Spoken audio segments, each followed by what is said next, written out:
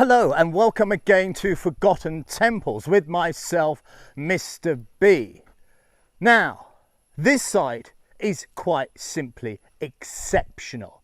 And I mean that in every sense of the word. I'm up in the Kulon mountain range. And this area, when a dear friend of mine found out I was coming here, he phoned me from Thailand and he said, Mr. B, don't do what you normally do. And I said, what is that? Act like an arse? He went, no, not just that. Don't go wandering around in the jungle because that place is littered with landmines. Yes, it has been cleared to some extent. But when he spoke to a major from the British Army some years back, he said, we never get them all. If we're lucky, we get about 80%. And we're the British Army. There's private contractors that go in there. And we don't think that they're quite at the same success rate, should we say. Now, behind me, as I say, is an incredible temple.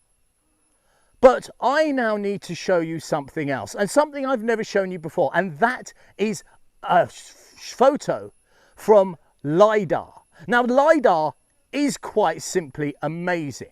It's a kind of radar that shoots beams down through the canopy of a forest or a jungle in this case, and it will show you what's underneath. So let's have a look at this first picture. Now what you can see there is an ancient city that is completely obscured by the jungle, and it's only very, very recently that LiDAR has been incorporated here, and what it showed the historians and the engineers and so on quite literally stunned them.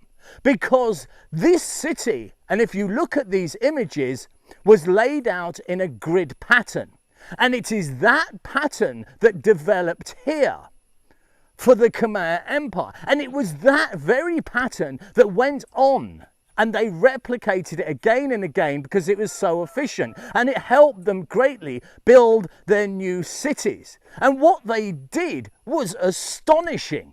I mean, it wasn't a case of just having your main roads that led to here and there, which then helps you move your supplies and your goods, but they also dammed the valleys. So they then got a very firm control on water.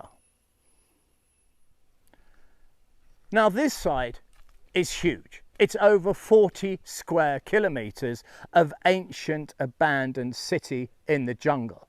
And getting here is no small feat because there is no roads, and that amazes me. You have to ford little streams, and it's over boulders, rocks, sand, mud, and there's these little precipices, and if you slip on the bike, bang, you are in big trouble. So it really is not going to be the most enjoyable journey getting out, and we can't forget the jolly old landmines. But there's a reason for me bringing you here.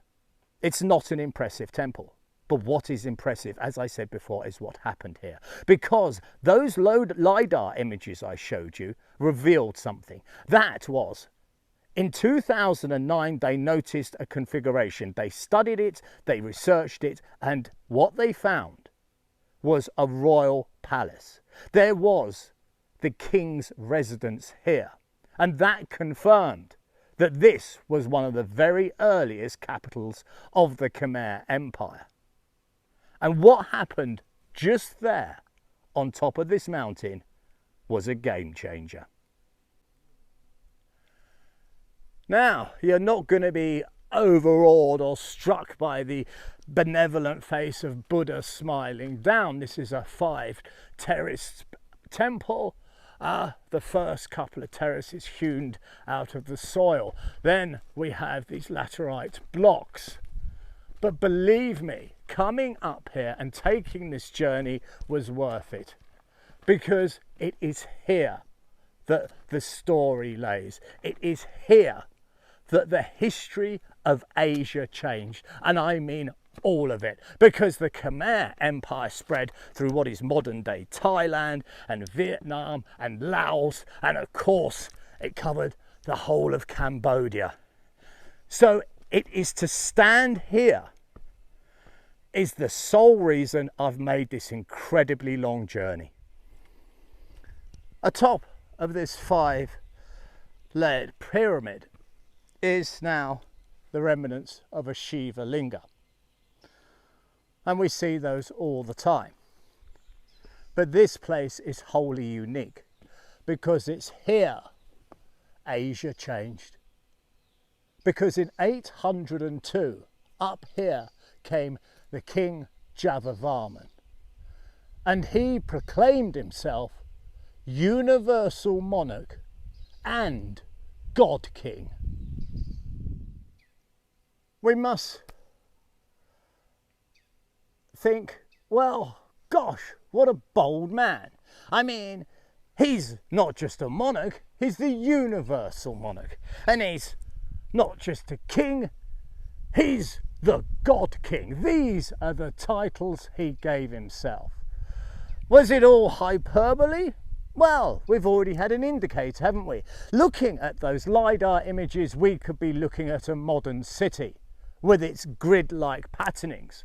And it was that blueprint that went on to be so wildly successful. I mean, Jayavarman, with this proclamation, said, we will no longer be putting up with our enemies coming over here and thieving from us, taking our people, our land, our treasures.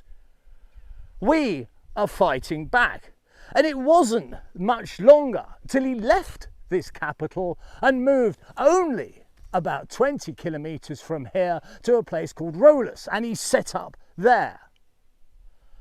But when this guy proclaimed, I'm going to be a God King, he certainly was, because what he set into motion was to create one of the largest and one of the most sophisticated empires the world has ever seen. And it transformed the whole of Asia. Now, I can't get into that right now, but if you're new to this channel, type in the words Angkor Wat, ANKGORWAT, and then just press images. Then you'll see what it is this guy went on to create with those that succeeded him. There's not much of a temple in this video, is there? But how could I not come here? It's where a king placed his flag and said, here we stand, and from here we go forward. This has been Mr. B Forgotten Temples. Please like, subscribe and comment. And until next time, I wish you absolutely nothing but the very best. Take good care.